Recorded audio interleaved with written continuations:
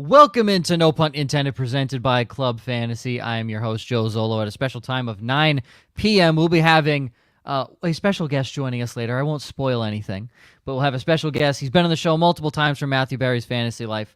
He'll be joining us later on. Got held up at work, which don't we all, right? Don't we all? Today we're talking, oh my goodness, by far the greatest position known to mankind, with free agents like Mike Gesicki and Hunter Henry lining the top of this class. We are talking the tight end position. So really, we're spending about 5 minutes talking about that, and then the rest of the time talking about the combine and all the stuff that has actually happened over these past 48 hours, what it feels like, within NFL news, with free agency looming.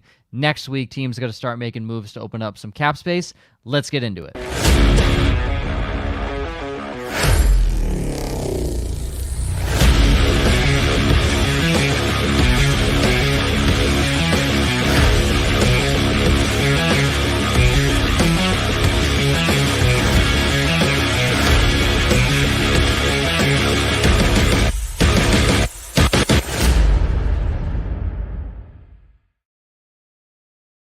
Welcome into No Punt Intended, presented by Club Fantasy. I am your host, Joe Zollo. As always, Joshua, Ryan, and joining us soon enough from wherever he is coming from, Chris Allen from Matthew Berry's Fantasy Life will be joining us very soon.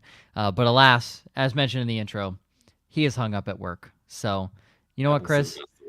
Yeah, just first off, thanks for being able to just actually make your time and be here. So, as I mentioned, folks, tight ends. Isn't that just the greatest? Isn't it just the greatest? When I say it is literally headlined by Hunter Henry and Mike Gesicki, that's not a joke. That is the headliners. I've never read a show sheet and been depressed afterward. Normally I'm like super pumped for the show. I read this show sheet and was like, I don't know, maybe I just call off tonight. I love tight ends. Like, this is supposed to be my shit. And I'm like, no, this is not going to bring people back to the fantasy tight end fold. Yeah, I definitely had to fluff this show sheet up with a lot of like, hey, let's make a deal. And oh, wait, these guys were cut. And oh, here's a reminder of all the franchise tags that was inside. It took a page and a half to get to the notable free agents. And that's because everything before that didn't even talk about tight ends. Yeah, the most interesting part of the show is the first 10 minutes. Please stick around with us. Yeah, well, here, I said the first 10 minutes, and then once Chris gets here. Hold on, guys. I have notes from the combine. Well, that's the most interesting thing. That's the last half an hour of the show. So you guys. That's the most interesting thing. Is Joe took notes. Yeah, Josh, you should change the title to Joe actually did something. Because that's what has happened this week. I'm pretty sure SEO wouldn't like that very much. I can't tell you how many times I was locked in. I was watching the combine, had an earbud in, I was listening, and the girls tried to talk to me, and they tapped me on the shoulder. They're like, Joe, I'm like, what? Guys, I'm locked in, focused on what's happening. Maybe 20, 30 times that happened. I had no idea what was going on. Awesome. Shout out Leanne, Eva, Wendy, Queens. Of women fantasy football. Great fun week at the combine. We'll talk about that a little later on. Starting with, it really does feel like the NFL year has started Monday. That's really what it feels like with all these announcements here. Mike Evans in the Bucs, 2 years, 52. He is retiring a Buccaneer, folks. See you later. Thanks for playing. Mike Evans going to be the highest paid receiver this year, probably, with his 12.6 guaranteed from last year carrying over. Houston re-signs Kami Fairbairn, the biggest signing, arguably, of the offseason so far. So, Kami, you're back. And arguably the second best signing of the offseason, Mitchell, I love Mitchell, I love Kiss and Titties Trubisky is back in a Buffalo Bills uniform. They decided we're going to cut every starter on the defensive side of the football. But you know who we need to keep? Good old Mitch. They had to make that cap space available to get Mitch in there. Good old Mitchy Titties. That's exactly who we needed on the team, was Mitchell Trubisky. That's going to put us over the hump of the divisional round in the playoffs. That's what we needed. Buffalo will continue to be Buffalo, folks. Speaking of cuts, the Buffalo Bills released Tre'Davious White, Jordan Poyer, Mitch Morse, Nyheim Hines, and the second best receiver of 2020, according to Pro Football Focus, Deontay Hardy. So, he was so good he had to change his name so the NFL What it was unfair when he was Deontay Harris. He had to change to Deontay Hardy. Buffalo Bills, all of those are cap casualties, and Deontay Hardy is $40 million over the cap before all of these releases. Yeah. And they restructured Von Miller too. Yeah. And I think one more restructured. Wonder why. They got Taylor Rapp re-signed. So. I do like the Taylor Rapp. I like Taylor Rapp as a safety. But and I get the Jordan Poyer cut, he's older, but if we're going to keep a safety, keep Jordan Poyer. So what I was going to say for that defense and for how Taylor Rapp was fitting into that defense, he was fitting into a 3 safety rotation. I don't know that he's ready to be a full-time player. So I don't know if their goal is to bring someone else in and then Rapp leads the rotate. It's going to be interesting to see how they play it out. So. He was the alpha in Los Angeles when he was there. Exactly. But I mean, he took that step back. So he did. Yeah. Well, rightfully so. He wasn't playing over Jordan Poyer or Micah Hyde. I was blanking on his. I was about to say Micah Bell, who was a character from Red Dead Redemption 2. That's not the correct answer. Not gonna lie, Joe. Was blanking on his name, and that is why I did not say it during my whole little rant.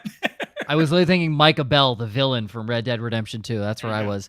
Denver releases Russell Wilson, $85 million in dead money. They're just taking. Right up the keister. More than double the highest ever. Imagine. This year was like $39 million. Imagine Sean Payton having an ego. Who could have seen that coming? Wow.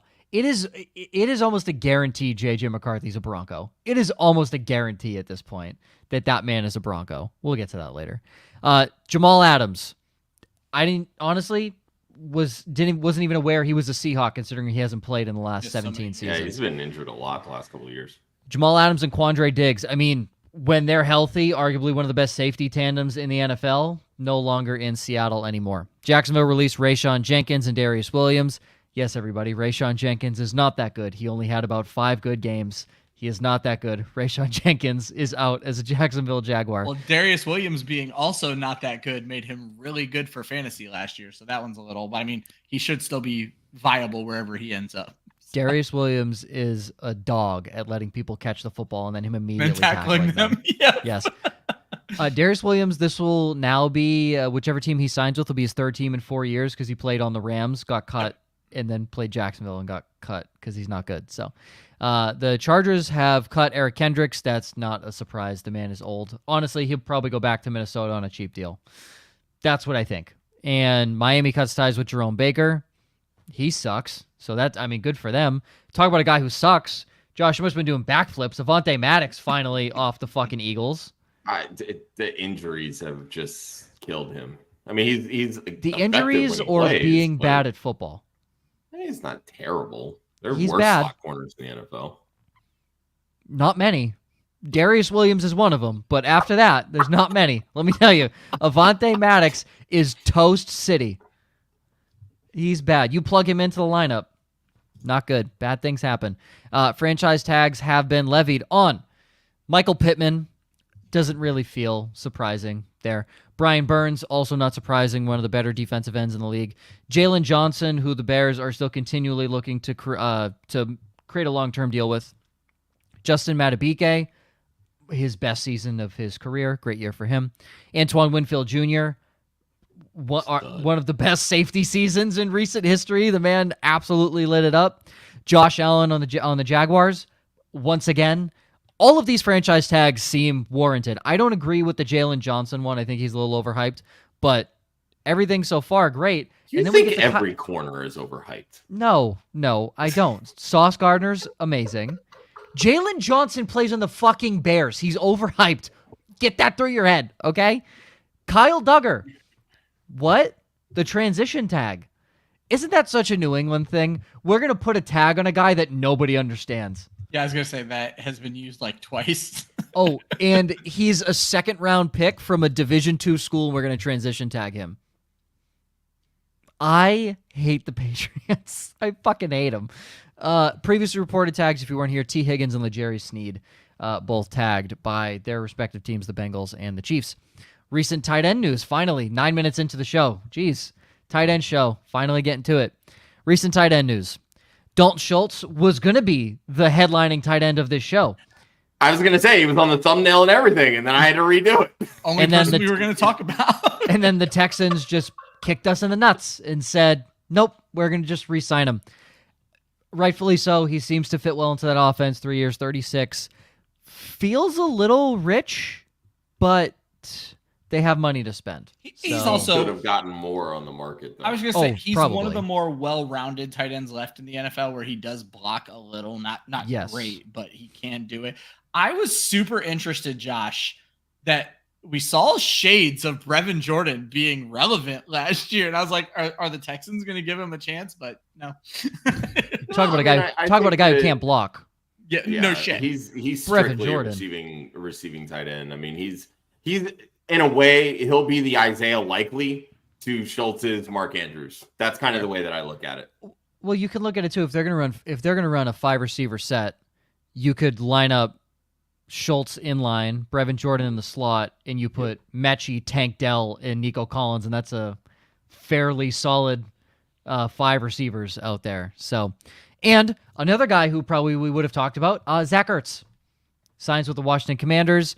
Cliff Kingsbury gets him back. So, I'm going to be honest. I thought Ertz was done. When nobody gave him a playoff contract last year, I thought he was done. He was with the Lions in the playoffs. Did he? He was, practice squad. With the Lions. Oh, okay, that's what it was. I was going to say, I didn't think he made it to a... I think it was the 33rd team, actually, when they announced the signing. They actually put Ertz in a Lions uniform on the graphic.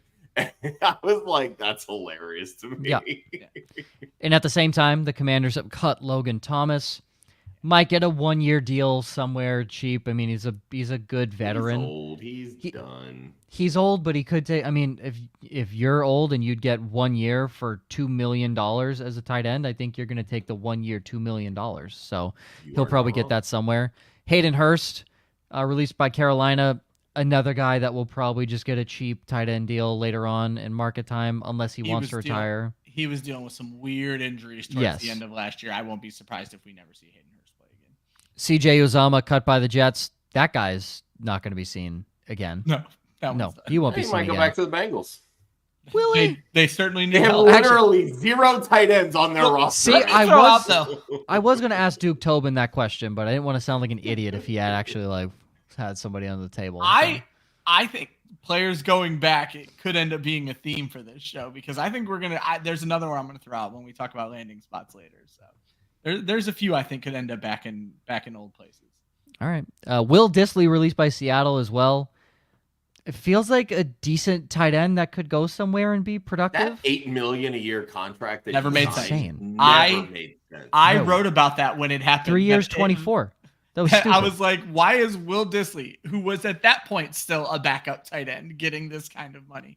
A backup tight end who had played 5 games because he'd been injured. Yeah. So I think Will Dissly can be a productive tight end on a pass-happy team, and he can block a little bit. So he'll be an interesting guy to watch that you might see a team kind of dumpster dive for tight ends and go cheap. Will Dissly might be the guy.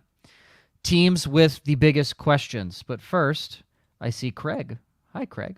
Any teams might go get a tight end in the coming draft? Brock Bowers.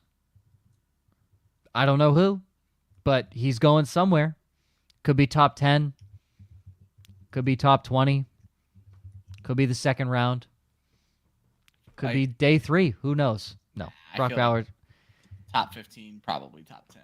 Yeah, Bowers is hands down in top 15. It's just going to be a matter of which teams potentially value him as a top 10 guy. And personally, Atlanta. I think the Chargers would be stupid not to take him at 5. Yeah, I'm with you on that one. I would agree. But if you're releasing Mike Williams and Keenan Allen is of the ancient age variety, and Rome Odunze is there. That's not Jim Harbaugh's MO. Jim Harbaugh is going to build from the inside out. Because he's stupid. And Greg Roman, with every offense he's ever had, has had an elite tight end. Okay. Tell me Gerald Everett's not elite? Well, Gerald Everett's a free agent, and he's 30, so there's that. They can re-sign him. You don't know. You don't know. You don't know.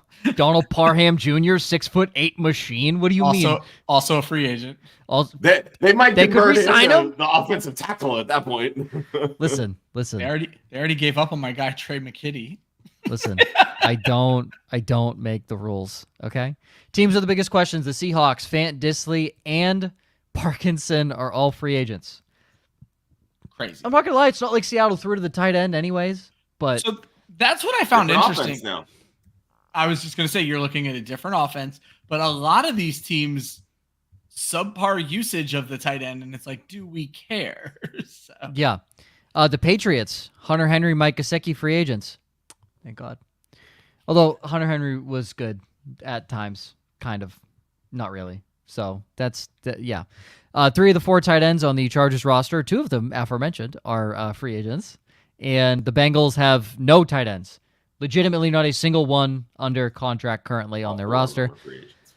The Commanders, who replaces Logan Thomas, which we already know who replacing Logan Thomas. That's Zach Ertz, but obviously trying to bring in some younger blood there as well.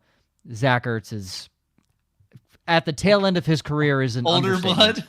blood. Yeah, is an understatement of at the tail end of his career. The Dolphins will look to upgrade to get a true receiving threat at that tight end position. Durham Smythe is not a receiver, plain and simple. And the Vikings, TJ Hawkinson is likely not ready till week 8, 9, 10. So what will they do there? Will they try and go get a guy to just fill in for him in that time frame, or will they just kind of punt on it and say, fuck that, we don't care? So very interesting here. Can we even say that there's a team making a big splash? Can we even say that? Why is that a question on this show sheet? Well, it's a question because it's been a consistent question from all of the shows. That's that's not the answer. Consistency. Yeah. Listen, but I appreciate this could mean a lot of different things. Look, we didn't think that the Patriots a couple off seasons ago were going to sign 1, but 2 tight ends and make the kind of splash that they did. There's always a team out there that's going to do the unpredictable. So you know what? Dig a little deep, Joe. Get creative here. I think Minnesota is interesting, and you bring up the fact that TJ Hawkinson's likely not going to be ready right away. He's certainly a pup candidate. And if you're looking at a team who threw the ball tied for the most to the tight end position last year, that's a lot of targets up for grabs with, they have the wide receiver thing, but they had the wide receivers last year, and they still threw the ball to the tight end 179 times, 10 times per game last year. So I think there's a lot of targets up for grabs in Minnesota, and this is a team that window is closing very fast. And this is, of course, assuming they get Kirk Cousins back.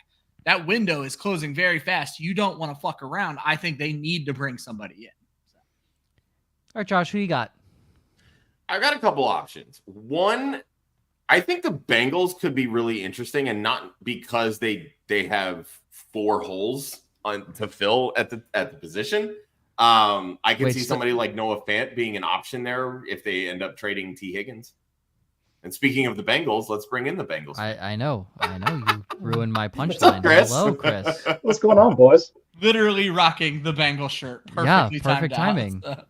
Yeah, this is actually I cosplayed as a Bengal scout during my time in Indy this past weekend. And I was wearing this exact getup while I was there.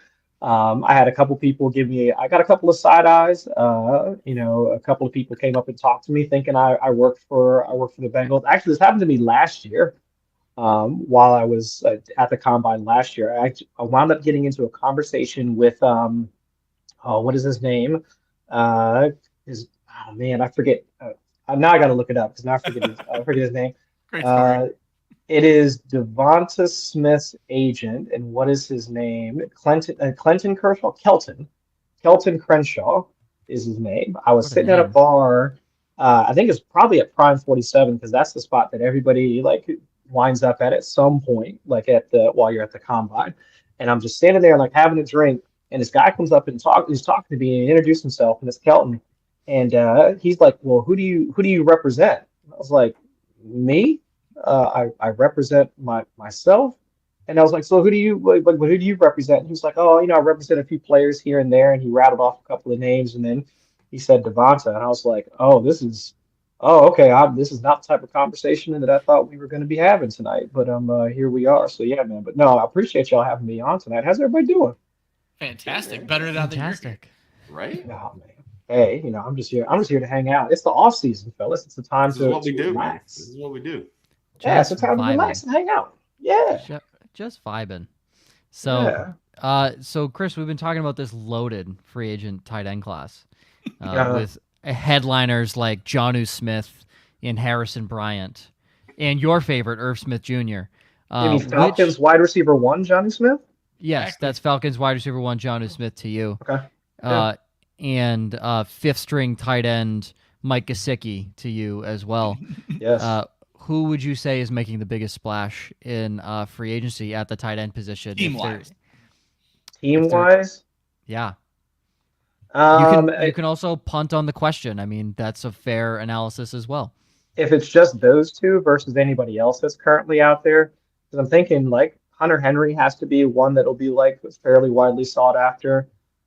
He can work both we've always seen him like as more of a pass catcher, but any team that still needs like somebody that can also work in your pass blocking, your run blocking game, Henry's been able to do at least the traditional parts of the tight end position well enough that wherever he winds up finding a landing spot, a team would be happy to have him. But for fantasy purposes, I mean, Johnny Smith probably has to be the one. I mean, actually, take that back. Gerald Everett, he probably has to be like I think probably the crown jewel for fantasy purposes, because you know that Everett, especially at his age and like that's been his role throughout most of his time in the league, that he's operated more as a route runner / pass catcher versus being the guy that does that hybrid type role from your like we were just talking about with Hunter Henry. So I think if there's a team, like any team that could pick him up, I actually have heard some rumblings about like the Bengals wanting to pick up a guy like Gerald Everett, just because you know that they need a guy that's not just that can operate as a pass catcher, but also can do a little bit of the run blocking stuff, especially if they're going to wind up having to say goodbye to like Tyler Boyd in the offseason, a guy that has some size, can be a solid pass catcher. Like Everett fits that role. I'm wondering about at his age, like how effective he's going to be. So Ryan, I'm gonna ask you and just go straight to landing spots because I get a funny feeling you're gonna tell me you have Hunter Henry going back to the Chargers. I have Hunter Henry back to the Chargers, Irv Smith back to the Vikings. I think they're going to end up in places where things make sense. You don't have to incorporate a new guy. Now, I just mentioned the Vikings, prime landing spot for a tight end. Irv Smith is not the guy you want to end up there. He's the guy. You want Gerald Everett. You want Hunter Henry. Now, they're not going to pay Hunter Henry money. I think Hunter Henry, I agree with Chris, is the premier guy in this class. I think 2 years ago, I'd have been like, man, I really want to see the Bengals get Hunter Henry. I am turning on. I don't know that Joe Burrow is using the tight end as much or as effectively as we thought he was going to. Maybe it's just because he's always had these great options at wide receiver, and maybe losing Tyler Boyd is going to change that a little bit.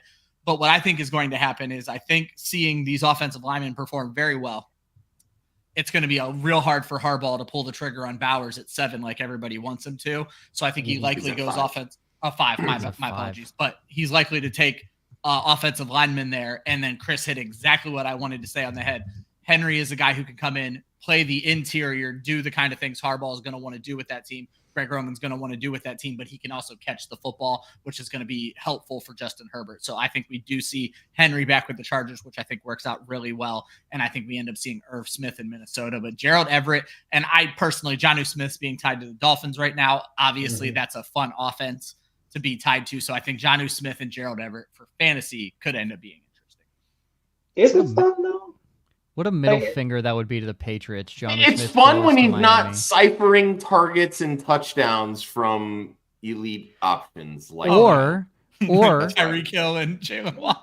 Yeah, but you do the same thing in Miami. I remember last year, I believe it was the Patriots preview or the Falcons preview. I don't know where Jonnu was at the time of the show, but I brought up the question because Jonnu Smith was being drafted 531st overall in fantasy football drafts last year.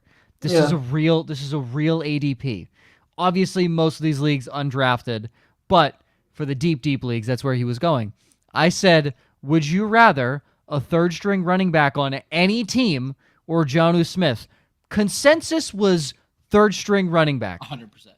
And Jonnu Smith was like tight end 15. So he has skill, maybe. So if he's on Miami, sure. He's not stealing targets, but he has a little speed action to him at the tight end position. So yeah, I guess it makes sense. Let's stop talking about fucking Jonnu Smith.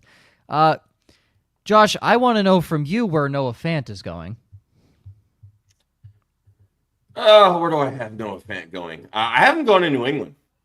I think he's a good fit in the Patriots. Alex Van Pelt running that. Can offense I ask now. how much he's being paid? Oh, he'll probably be the one out of this group that has the potential to cross the 10 million a year mark. Wow, because the Patriots have almost 100 million in cap space. Yeah, totally, for sure. Let's not. Let's not. Okay. But here's the thing: Noah Fant is the youngest of this group, right? I don't care. He's the youngest. He's the most underutilized. He actually has the potential to have another, good 4, 5, 6 year stretch, right? Okay. I think with the way that this offense can work, I think he lands really in one of two places. He goes to Carolina with Dave Canales if they open up a little bit more cap space, or he ends up in New England. And with Alex Van Pelt coming from that like Stefanski Cleveland tree where he's been for the last few years, Noah Fant could play the David Njoku role. And I think that could be because he, one of the more athletic tight ends that just really, in my opinion, got an unfair shake just being bounced around between Denver and Seattle.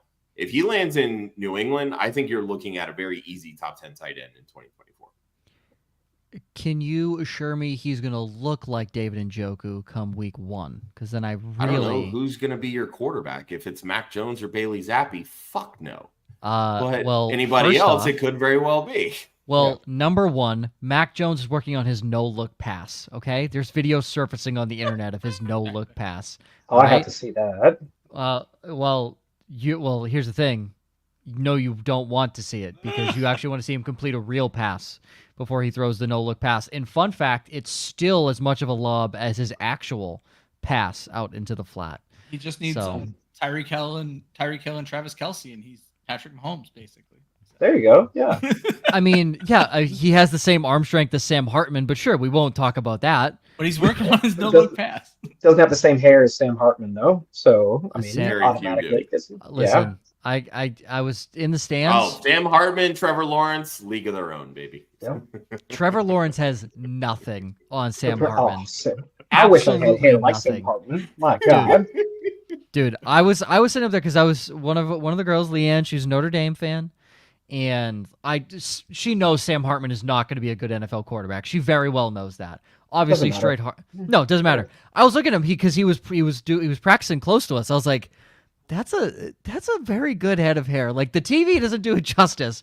The man looks good. He'll get drafted on looks alone to simply sell tickets. 100%. And people will buy those tickets. Look how much Jimmy Garoppolo got paid because of his looks. Yeah. Well, Jimmy Garoppolo was okay.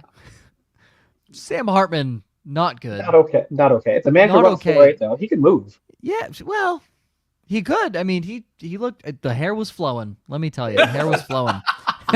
That's what was happening. Yeah, that's what was happening.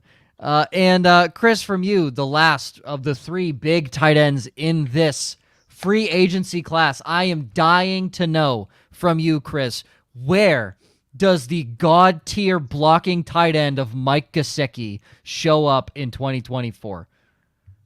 Nowhere. I love that. That's the correct answer. I would say at the very least, because he's not going to get much money, I could see a team like the Rams signing him for absolutely nothing, considering was it Tyler Higbee? He just underwent surgery earlier this week or last week for the knee problems that he's been having. So if it's a team that's going to want a guy on a cheap just to fill just a role and just have him out there and just have a body running routes, I mean, that kind of fits like Mike Gesicki's, MO for the past 2 or 3 years. Just get out there, run some routes, maybe catch a pass or two. I mean, I could see that particular fit happening. Someone brought up earlier that because this is interesting. Craig brought this up. A team that doesn't need, let's just think of teams that don't need a blocking tight end, like a guy to line up inside. would San Francisco pay the guy cheap and just run behind George Kittle? Sure, why not? Something? I mean, there's already a connection between Mike McDaniel, and the SF coaching staff. So yeah, that makes some sense. Fuck it, we ball. I mean, yeah.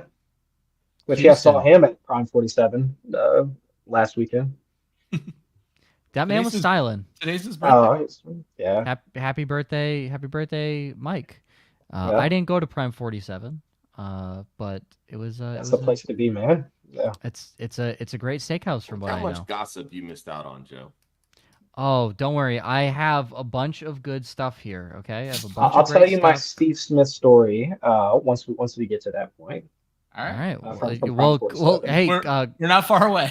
I was say we're at the 30-minute mark, so it is that time actually. Because Josh, I love that you put together the show sheet. I really do. You couldn't do anything to make it better. Honestly, I tried. I did. It's the tight ends. It's tight ends. At this point, we should talk about fucking special teams gunners and long snappers, because that's about as interesting as the free agency tight end class right now. It really is. Chris, what is your Steve Smith story before we get into some combine stuff? All right, so here we go. Let's set the stage. It's Saturday night, about like 1 o'clock, maybe 2 o'clock in the morning. So if you go to the combine in Indianapolis, Prime 47 is one of the main spots to hang out at. I mean, there are people there until 3, 4, or 5 o'clock in the morning. And so it's about 1, 2 o'clock. I'd seen Steve Smith come in maybe just like maybe 2, 3 hours earlier. He's got his own table, like off to the side. He walks by me, like we lock eyes, give him the nod. He gives me the nod. He goes over to his table and he's hanging out. Now, like I said, like a couple hours go by and, I had a few drinks. I walked over to the bar a few times. And standing there with Connor Allen. Connor Allen works over at Betspert, spot I used to be at before I moved over to Matthew Berry's Fantasy Life. And I was like, here, take my phone. And I wanted him to snap a picture of me walking over and talking to Steve Smith. But I didn't give him the context that I wanted him to do it from afar. Like I didn't want Steve Smith to know.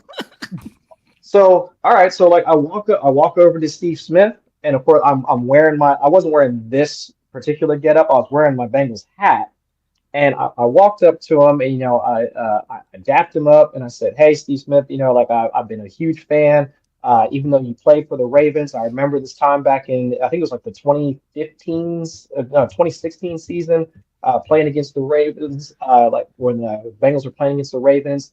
They absolutely smoked him and AJ Green going back and forth. I think they both went over 100 yards and like 2 touchdowns apiece or something like that. And just appreciate everything you do for the game. I was name dropping some people because he works over at Underdog. I used to work with both Josh Norris and Hayden Wings at my time over at NBC. So I was like, we were just having a conversation. As I'm talking, I notice, I'm drunk at the time, I noticed Steve Smith's attention turn away from me. And he's like, and all of a sudden I hear him say, like, bro, what are you doing? And like, he wasn't looking at me. He was talking to somebody else. I look over, Connor's standing there with my phone. Nice. Taking a picture of him, like from 6 feet away. He's on the other side of the table. He's standing right there. And like, he's like, bro, what are you doing? Like, just like that. Like, he's just doing this. Like, just like just that. Doing this. So like, and so Connor's just like, I was just hoping I could get a picture with you. Is that okay? He's like, no, it's not. Oh my God. And like just I can totally see C. Smith doing that too. And stares directly into Connor's soul. And he's telling him like, no, I don't want you to take a picture of me. And so then Connor like turns around and he just disappears into the crowd. And literally Steve Smith gets up and starts walking into the crowd looking for him. Oh my God. And he's walking through the crowd with his phone, like looking for him for a second, and like I just dipped. Like I just left at that point. Like that was it. Like I was done. Okay. And then like he couldn't find Connor. I just roll off and like I just grab my drink and I just go back into the crowd and I meet up with a couple of those folks who were sitting there. And that was my we almost got into a fight with Steve Smith's story. It was a wild evening. that was just like the tip of the iceberg. But that is what will happen to you when you are you'll see every player, almost every coach. I mean, it was just a wild time, man.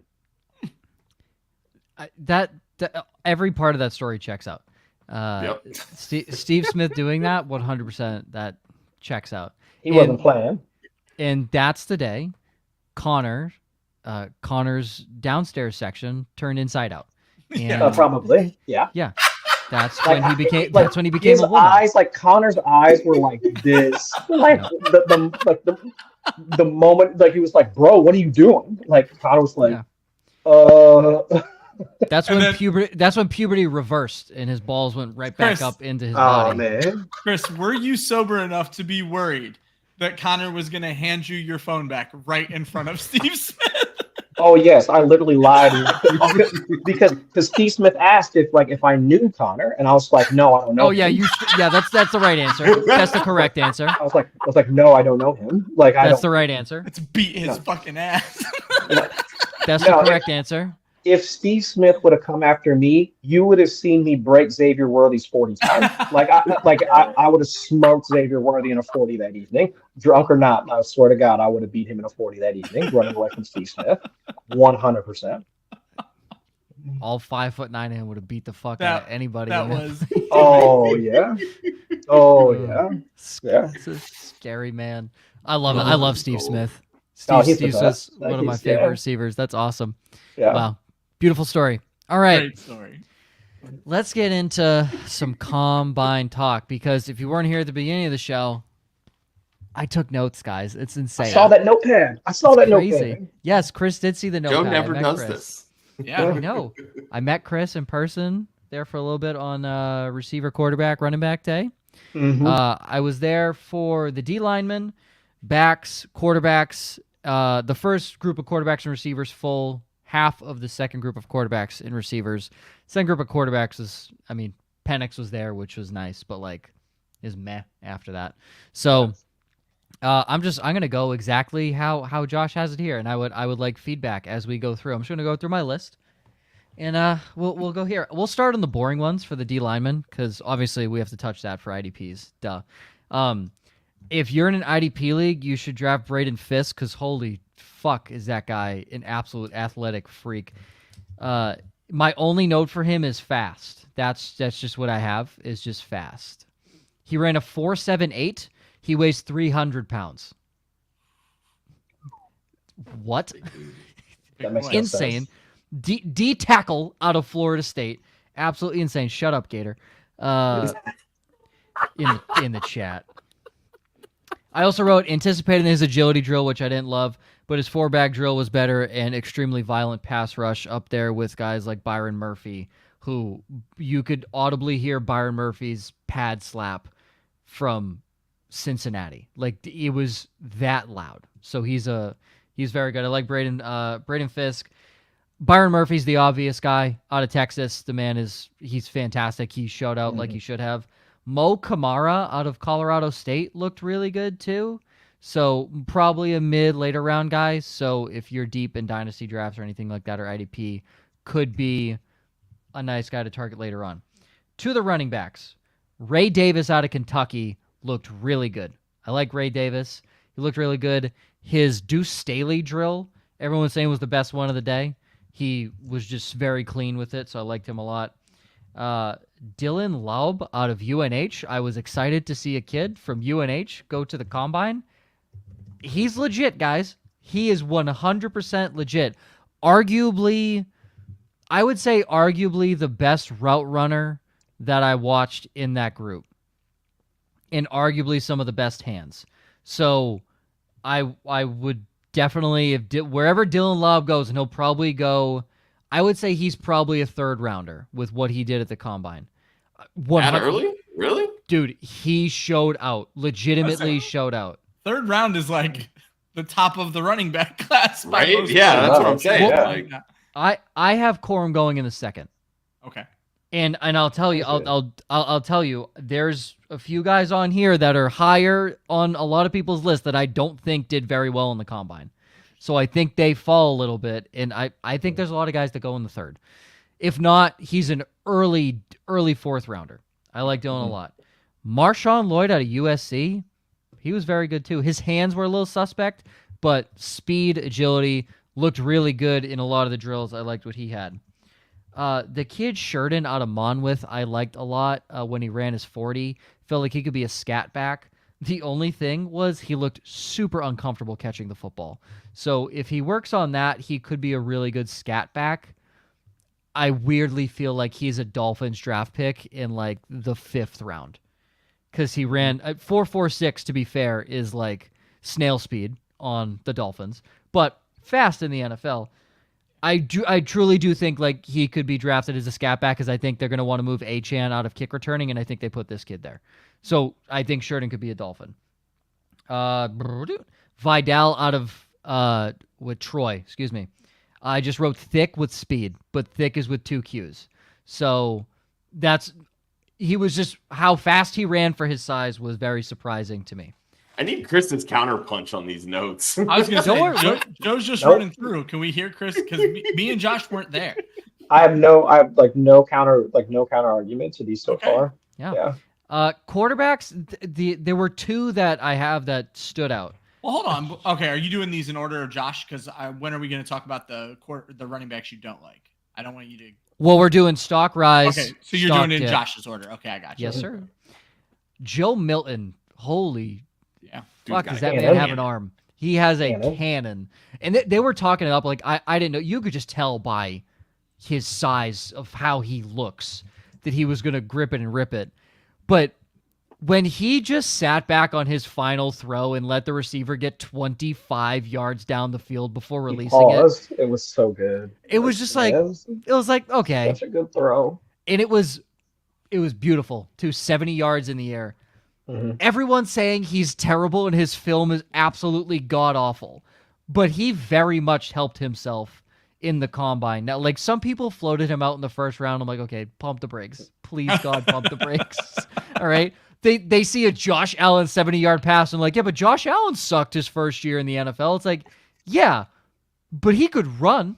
And like, this guy's not Josh Allen. But Joe Milton definitely helped his draft stock a lot. I think he's probably more a 3rd, 4th round QB. And I think teams are going to be very happy. Like, I'm sitting there as a Patriots fan, as someone who needs a quarterback. Like, if like we took a Jaden Daniels or somebody at 3 and you wanted to take another guy in the 3rd or 4th, Joe Milton there, like, as a project.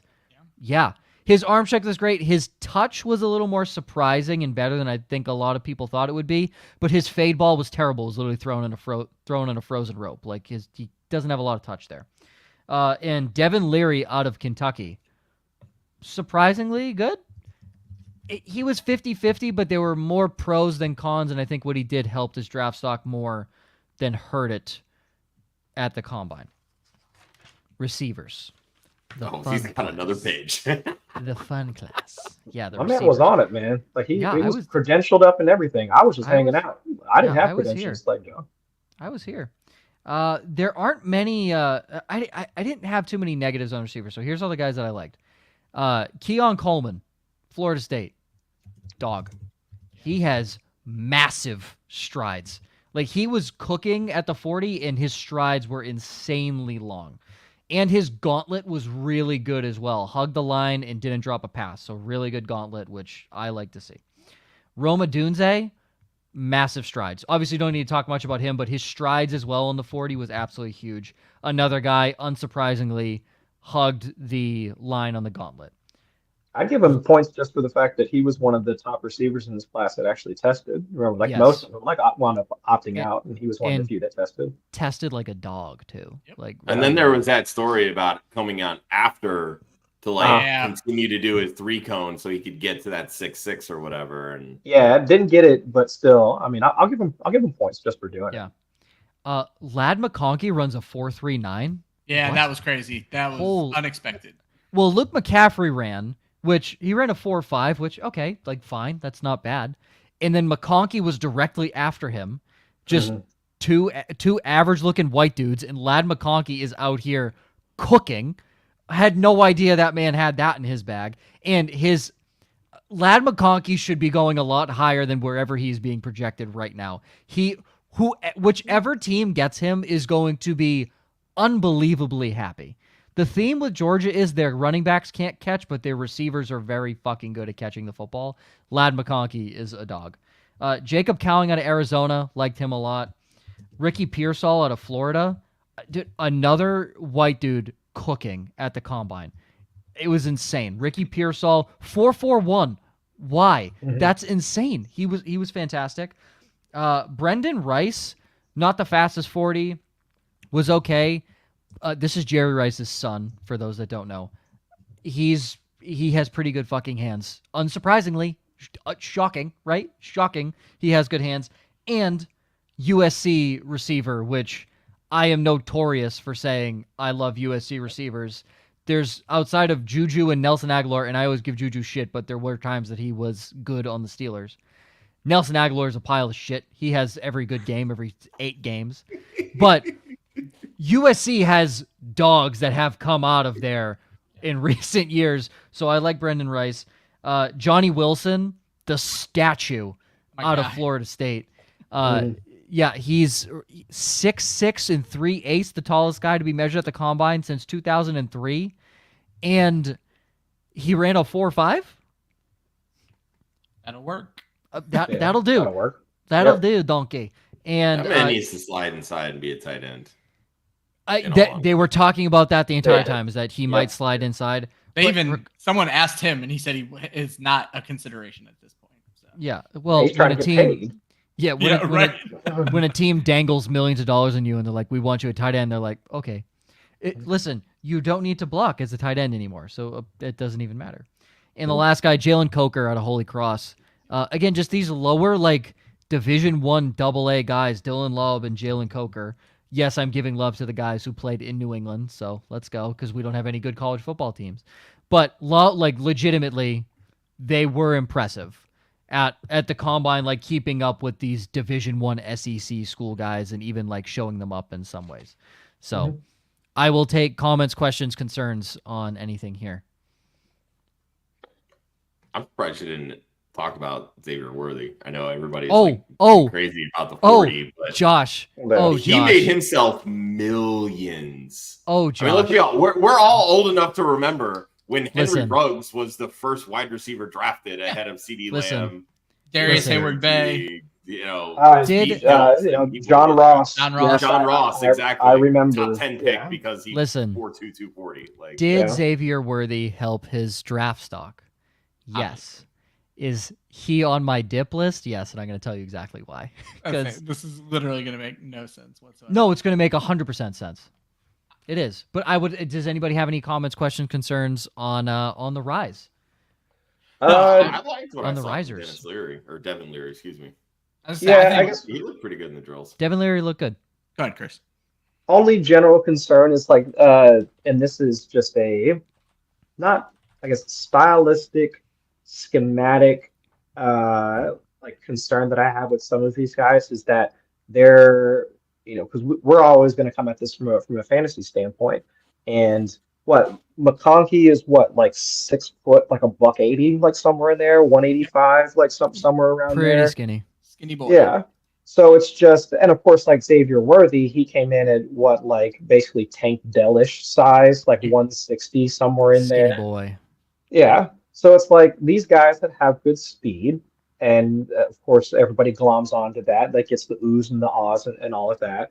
But it's just once you get into the NFL, I mean, landing spot for those types of guys is going to be critical, because if you don't, because let's say, let's take just this past class, because I mentioned Tank Dell, so he goes to an offense with, let's say, a creative coordinator, a schemer with Bobby Slow, coming from SF. Zay Flowers from just this past class, he goes to, at least what I would think is more of a forward-thinking guy, an older guy like an OC Todd Monken, but at least there we see him start to flourish. But then, of course, for those guys, everybody points back to all of the speedsters that wound up flunking out, like the Henry Ruggses, the John Rosses, the Darius Hayward-Bays, and all of that. So I guess it's not really like, oh, these guys aren't going to pan out or they're not going to work. But it's just like before we start to crown them as guys that like we should push up our dynasty boards, I think draft capital always like definitely speaks, but also like where they wind up falling, I think will have like the greatest impact because like which offense and not just the skill position players or quarterbacks that they're matched to, but the coordinators, the play callers that they're matched to. Let's say like Ladd McConkey goes to, I don't know, like the Rams pick him up. There, it's like, oh, everybody's going to be like, oh, okay, Ladd McConkey, Sean McVay, all right, like potential, working with like Cooper Kupp, all right, we're cooking with gas. But now if he goes to, I don't know, Tennessee, yeah, then it's like, oh shit, okay, yeah. All right, well, at least we tried, Yep.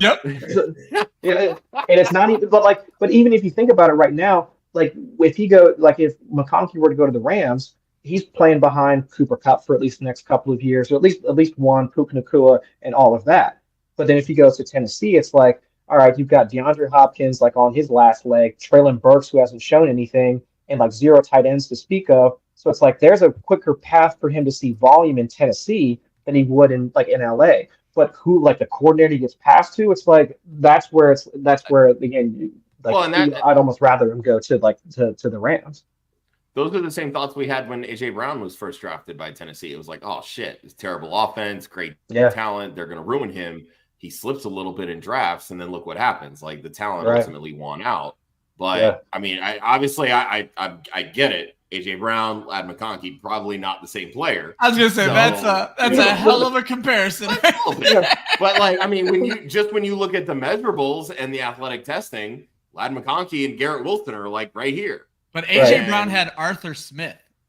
Well, yeah, exactly. Yeah. I was about to say, like, one looks like, one of those guys looks like Steve Rogers before they gave him the super soldier serum, and one looks like Steve Rogers afterwards. Like that's the slight difference between Ladd McConkey and AJ Brown. One looks like me, the other looks like AJ Brown. There's your comparison. That's it. That's exactly what it is. Yeah. All right. Stock dippers. I'm gonna explain myself. I was gonna say, this is you're bearing the lead. Explain yourself. Yeah.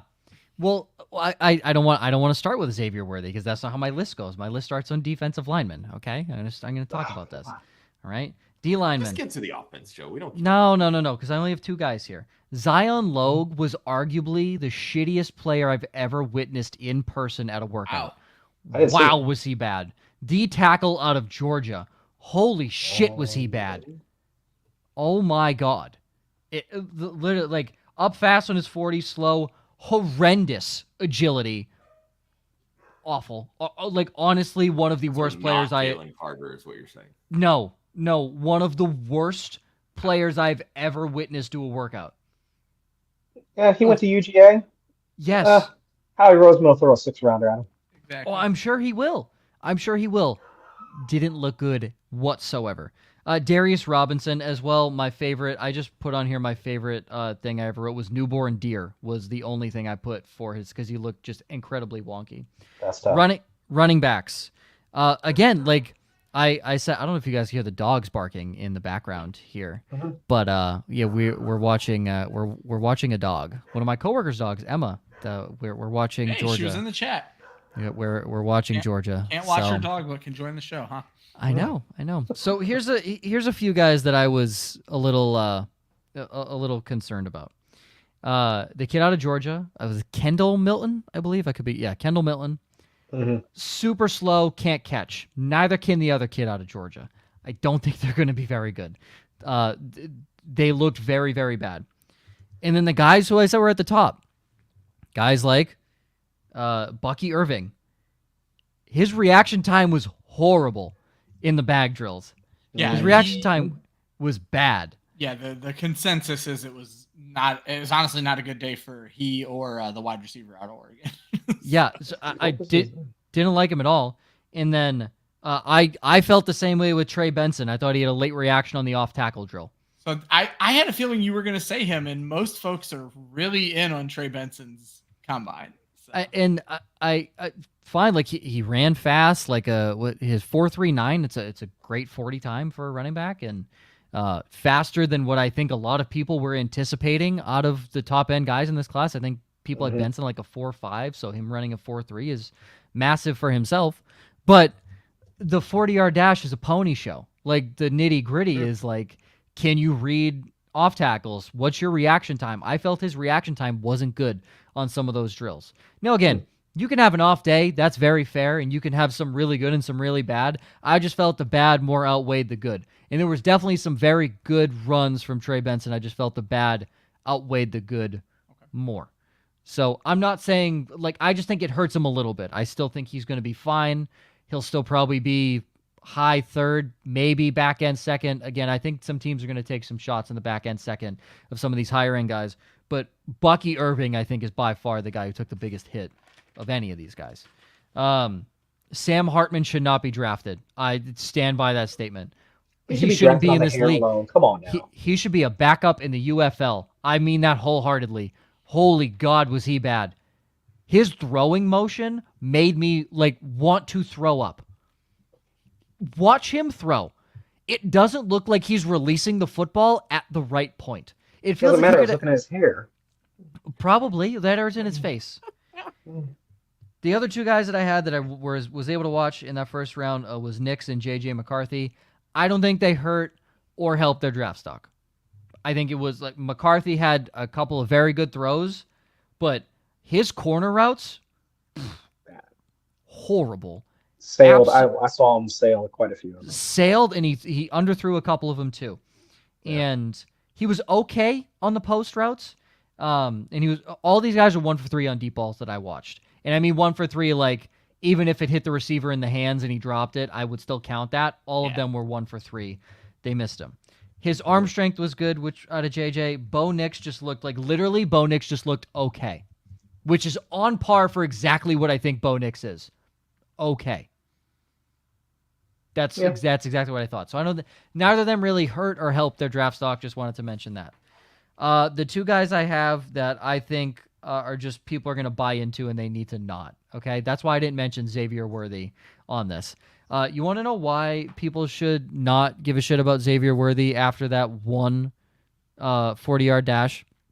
Would you guys like to know the fastest 40-yard dash in NFL history? Good, because I'm going to tell them to you. John Ross, how good was he? Mm-hmm. He was fantastic. Fun fact, 1 catch for -2 yards. You, one season, had more receiving yards on your couch at home than John Ross did in an NFL season. That's how good he was. Kalen Barnes. Anybody know who that is? He's a cornerback. Dree Archer, 4.26. Forgot about Dree Archer. Yeah, you did, because he was also, fucking... Wasn't that his height? Fucking terrible. 4.26? Yeah, because he was fucking terrible. The one guy, Chris Johnson, obviously CJ2K. Worked out all right. Pretty good. Right now, Tariq Woolen, looking okay, but again, cornerback. DJ Turner II. Marquise Goodwin. Olympian. Henry Ruggs III. Well, that was just stuff. Jacoby Ford. Yeah, boy. Don't remember him. J.J. Nelson. Oh, yeah. Jalen Myrick. Mm-hmm. Ty Quan Thornton. Yeah, boy. Well, he got Mac Jones. So. Ready to take over for the Patriots. That is why you should not buy into Xavier Worthy. Okay? Was it insane what he did? And will I tell everybody that I was there to watch Xavier Worthy smoke everybody in the combine? Yeah, you bet your ass I'm going to say that. Am I also going to tell you this man is going to be such a trap because he's not going to play well? Also, yes. Yeah. What, Josh, what'd you say about Marquise Goodwin? Olympian, right? Yeah, it's really cool in the Olympics when Usain Bolt is breaking fucking records, okay? Usain Bolt can't play football. Neither can Xavier Worthy at the NFL level, okay? That is what's going to happen. That's why I didn't mention Xavier Worthy in the draft stock rise, which, yes, obviously his draft stock rose, but that is a buyer beware for every single fantasy football manager, especially dynasty managers. They're going to buy into his bullshit. The way smooth like Xavier Worthy skill drills. He didn't fucking participate in those, folks. That's the joke. in the headline right there. He didn't participate in the fucking skill drills. The weight scares me. The thing is, a lot of the guys you mentioned have 1 or almost no years of college production. Worthy performed. Like, he scored touchdowns 3 years. He had the YPC that you want to see. I'm sure he did. I'm sure he's great, Ryan. I'm sure he's awesome at the college level. I'm sure he's great. You want to know why? No one can fucking cover him. I'm just saying, nobody could cover John Ross either, and these weren't the numbers he was putting up for 3 consecutive years. So yeah, I think he averaged he had over 1,000 yards in his final season. Also worked as a punt and kick returner. So I think between those things, I think he at least has the profile to potentially be good. But I think to your point, Joe, is that he needs not just the draft capital, he needs the landing spot. Like he needs to be with somebody that's not going to just draft him for speed and just like throw him out there on the perimeter and be like, all right, go beat press coverage, kid. Like, just go figure it out. Like, no, Joe, does your opinion of Xavier Worthy change if he lands on the Chiefs at 32? No, not at all. I don't even think that works out for him. No, I don't even think that works out for him.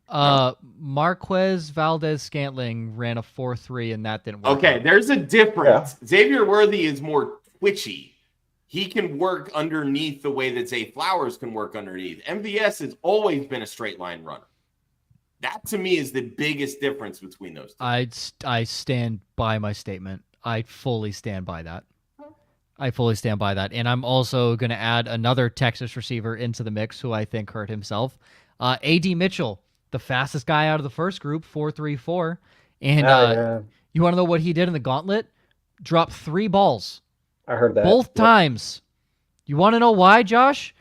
Because fast receivers can't fucking play football. I think if he made it top 10 receivers average 40 last year was 4.47. You want to know who feels? I'm not in on AD Mitchell either. So you want to know who feels really good in that area? 4.47. Roma Dunze 4.45. Go up a little higher because obviously there's guys that inflate it with faster speed. Ricky Pearsall, Roman Wilson, Ladd McConkey. You know, actual NFL receivers. I rest my case. Notebook closed. Fuck fast receivers. They're not good. Well, no, because you can't say just like fuck fast receivers because remember Brian Thomas actually ran like almost the exact same like 10-yard split as Xavier Worthy did, but he's like 6'3", just over 200 pounds. So I would say that the real counterpoint to drafting Xavier Worthy is a dude that's in the same class, and that's Brian Thomas. Because if your concern is like not just the speed but also the size and can they beat press man coverage, then a guy like Brian Thomas, like with his size and also his speed, should be able to do that. I will say I wasn't there to watch Brian Thomas. I believe he was in Group 2, so I wasn't there to watch full. Yeah, Brian he ran Thomas like I think his full 40 was like 4.33. It was a 4.33. Yes. Yeah, so 4.33. I wasn't there to watch Brian Thomas. So again, like I think the 40-yard dash is a pony show.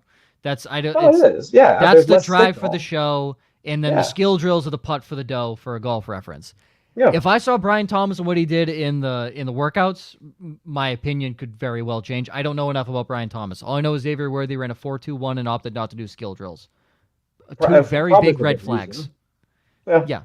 Two very, very big red flags, which, again, I will tell till the end of time that I was there to witness the fastest 40-yard dash in NFL history. Not even a question.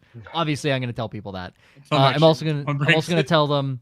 I'm going to tell them I was right about Xavier Worthy as well. Ooh. So, I'm thinking like if he made it to, even though they don't need a receiver, but like if he made it to the Packers at some point, I'd be like, oh, that's kind of dope right there.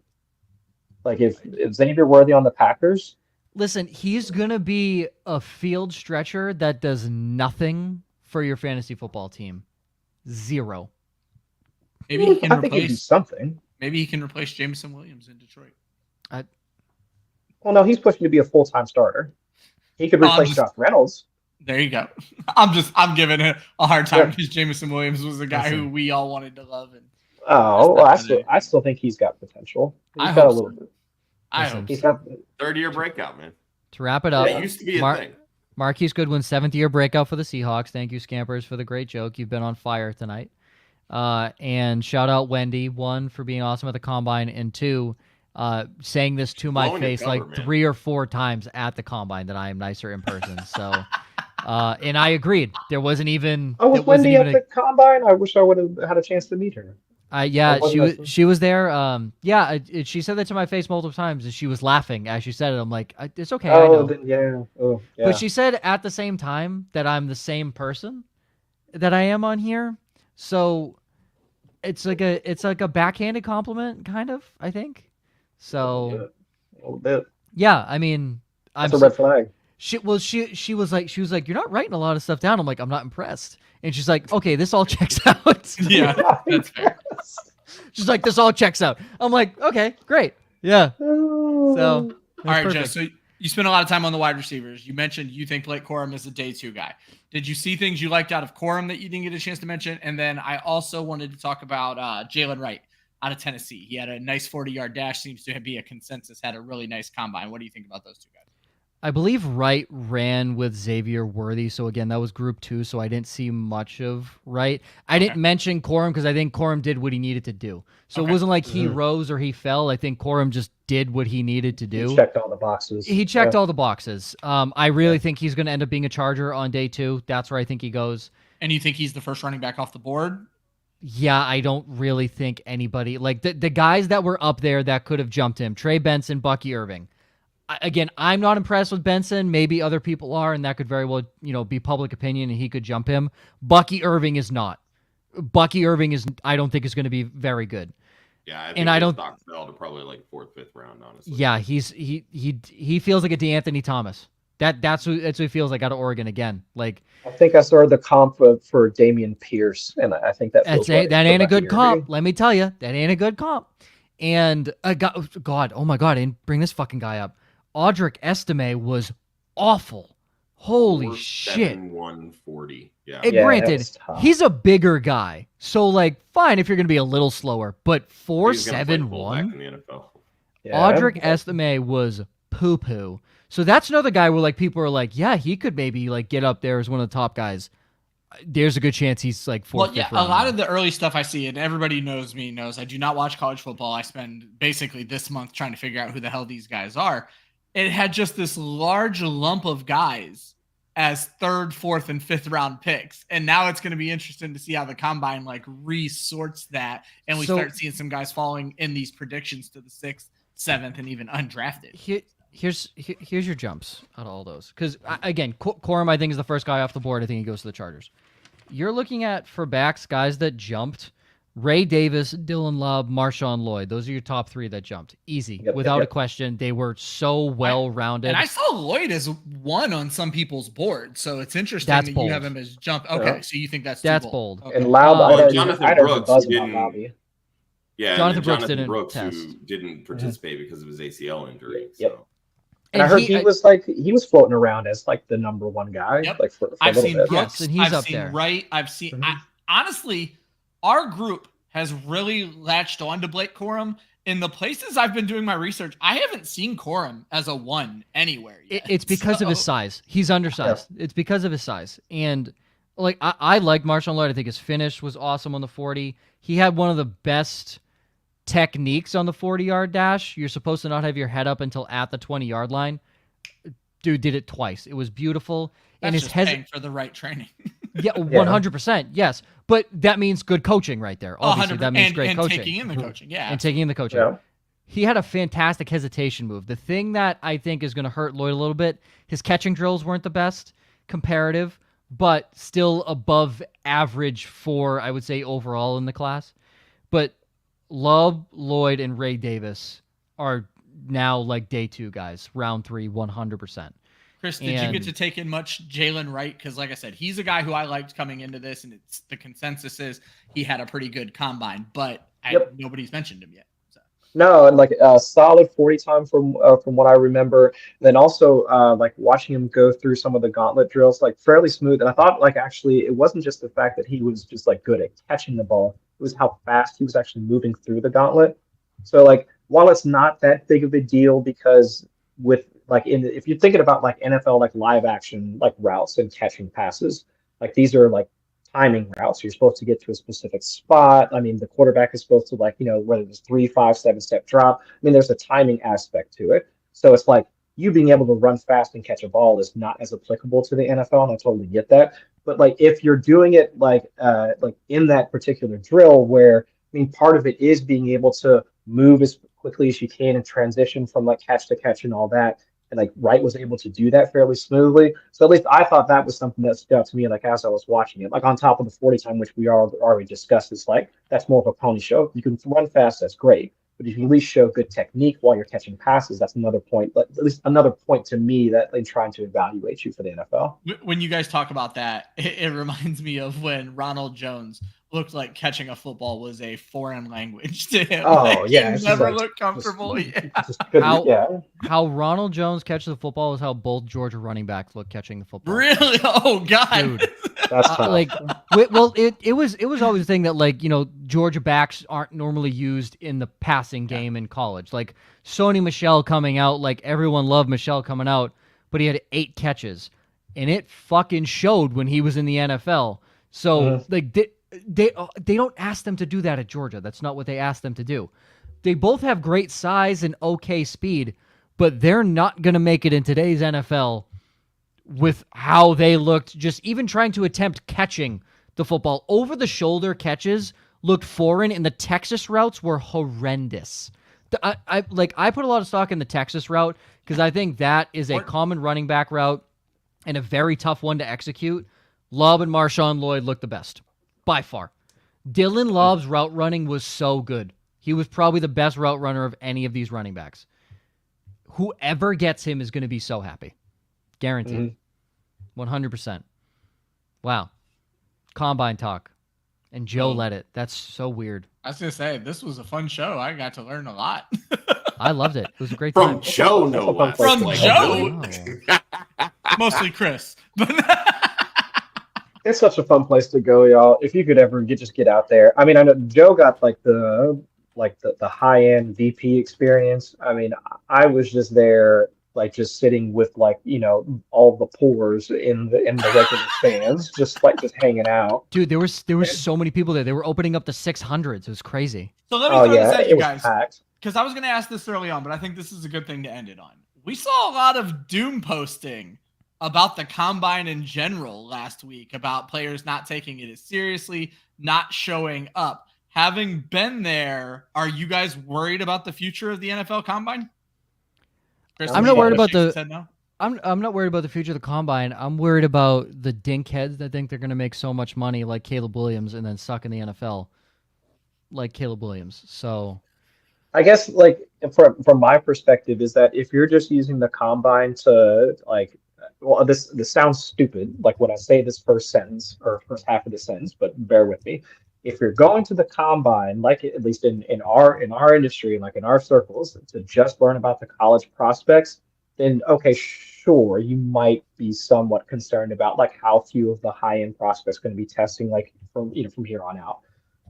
But there's so much more to the combine than that. Like you will be talking, like you will have a chance to interact with like so many other like journalists and agents, and you'll see coaches and players.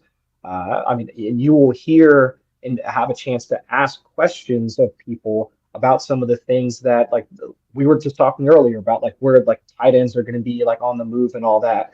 Like while I didn't ask anybody about any tight ends, I did have some conversations from other people that are in like more on the media side, on the journalism side, thinking about quarterback movement, about like talking about possible free agent movement, who's going to get signed and who's not.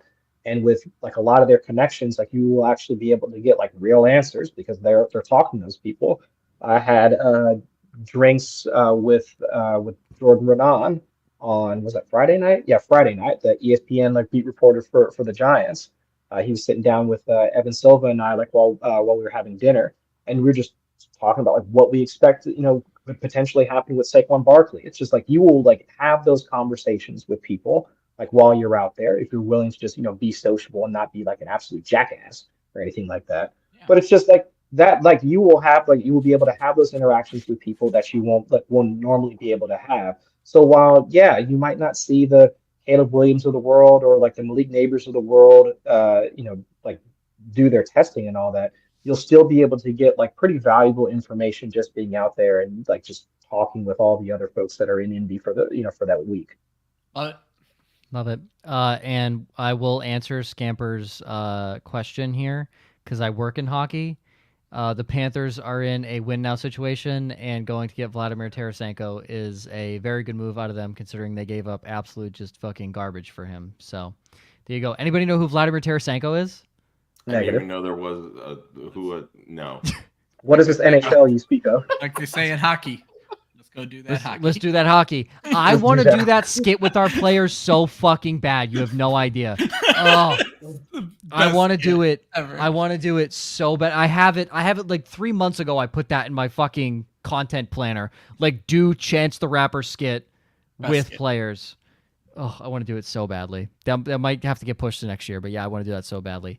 Chris, thank you for rushing back from work and coming on. Yeah, we love you, buddy. Of course. Yeah, I apologize. I've been traveling for work today. But I do apologize for being late. This is a no apology show, sir. But as you can tell, I'm literally like just getting into my hotel room. Like, this is where I'm at right now. You don't have industrial hinges on your doors at all? No, not that's at home. crazy. No, I don't have that at home. So but I appreciate you guys having me on for sure. It was dope seeing you, Joe. But like if I'm looking forward to see. Hopefully, I'll see all y'all in Canton here in the next like 5 months or so.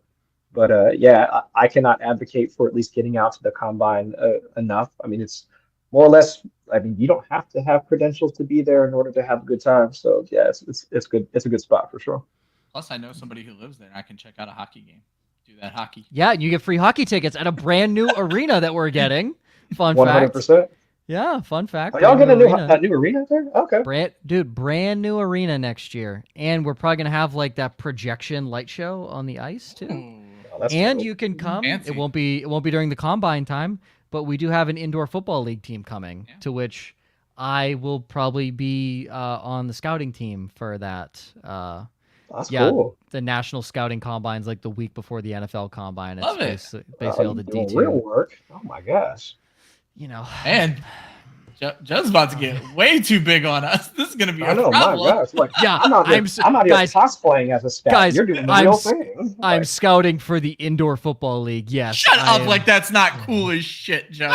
Shut up. Shit. No, it is cool. Obviously, it's exactly. cool. Don't be an asshole. Obviously, Emma's cool. watching. She's at a Zach Bryan concert. That's why we're watching her dog. Get out of here. Okay. Out of here. For Josh, Chris, Ryan, myself, you can follow Club Fantasy on Facebook, Twitter, and Instagram at Club Fantasy FFL. The URL is clubfantasyffl.com. Next week, oh baby, you know how free agency starts on Wednesday at 3 p.m.? Well, we're excited to cover the news that starts on Monday at 9 a.m. And we'll do that next week with Jim Coventry from RotoWire. Obviously, next week will be free agents. And then 4 straight weeks of draft talk leading us to our mock draft show. And then, of course, the NFL draft in late April. Always remember, defense wins championships, offense wins fantasy football. We will see you next week.